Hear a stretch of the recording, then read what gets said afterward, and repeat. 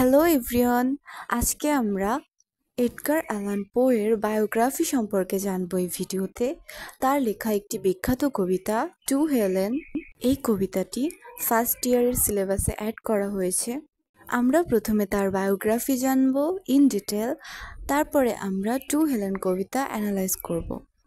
Edgar Allan পো সাধারণত ভৌতিক এবং রহস্যময় সাহিত্যের জন্য পরিচিত, কিন্তু এই কবিতায় তিনি রোমান্টিক ধাঁচের সৌন্দর্যের বর্ণনা করেছেন।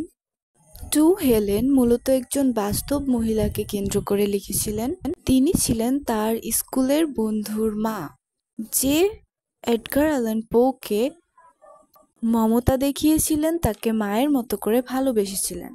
মূলত তাকে ডেডিকেট করেই এডগার অ্যালান পো এই টু হেলেন কবিতাটি লিখেছিলেন। নেক্সট ভিডিওতে টু হেলেন কবিতার প্রতিটা লাইন আমরা অ্যানালাইজ করব। তবে আজকে আমরা এডগার অ্যালান পো এর বায়োগ্রাফি জানব। তিনি জন্মগ্রহণ করেন আমেরিকার বস্টনে। বাবা মা দুজনেই ছিলেন প্রফেশনাল অ্যাক্টরস। তার বাবার নাম ছিল ডেভিড পো এবং মায়ের নাম এলিজাবেথ পো। সে অনুযায়ী তার নাম এডগার পো। তার বাবা মা মারা যাওয়ার পরে তাকে যারা দত্তক নিয়েছিল তাদের নাম অনুসারেই মূলত তার নাম হয়েছে এডগার অ্যালান পো। দত্তক নিয়েছিলেন যে দম্পতি, তাদের নাম হচ্ছে জন অ্যালান এবং ফ্রান্সিস অ্যালান।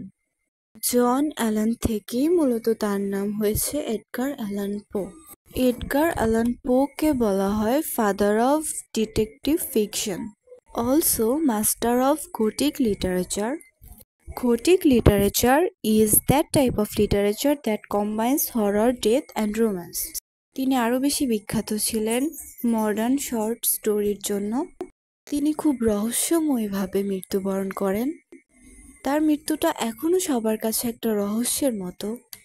তার পার্সোনাল লাইফে সে অনেক বেশি ডিপ্রেসড ছিল, আর তারপর তার হঠাৎ রহস্যময় মৃত্যু সবাইকে অনেক বেশি বিস্মিত করে। এটা এখন সবার কাছে একটা রহস্য, তবে মোস্ট প্রবাবলি বলা হয় যে র্যাবিসের কারণে তার মৃত্যু হয়েছিল। মৃত্যুর আগে এডগার অ্যালান পো এর লাস্ট ওয়ার্ডস ছিল, Lord help my poor soul.